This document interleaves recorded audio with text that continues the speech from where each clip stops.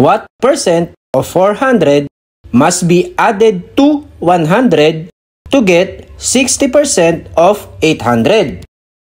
A. 75%, B. 80%, C. 85%, D. 90%, E. 95%. Welcome sa Ka-Review by Earl. Review, learn, and excel.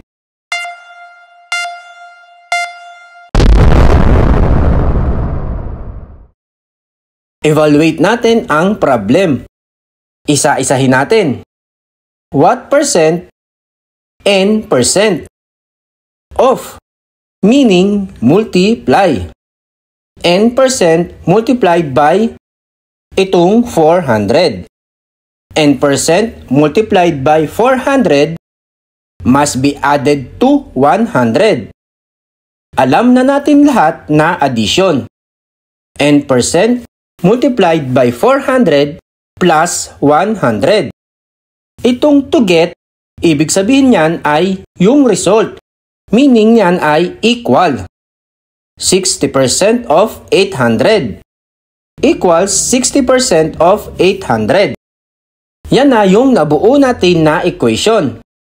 Pwede na nating isimplify yan ng 4n plus 100 equals 480.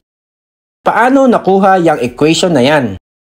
Itong n%, pwede yan na divide by 100. Kasi ang percent ay per 100. N divided by 100 multiplied by 400. Cancel na itong dalawang 0. Kaya naging 4n. Ito namang 480 ay 800 multiplied by 0.60. Kaya naging 480 ito.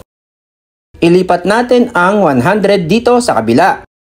At dahil plus 100, paglipat natin dito sa kabila, magiging minus 100.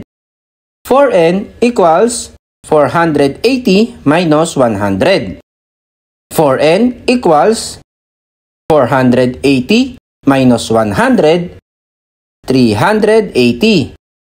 Divide both sides by 4. Cancel.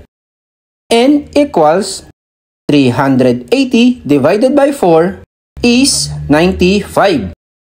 Kaya ang sagot natin ay E, 95%. Kung nakatulong ang video natin ngayon, please like, share, follow, and subscribe sa Earl's Review channel for more videos.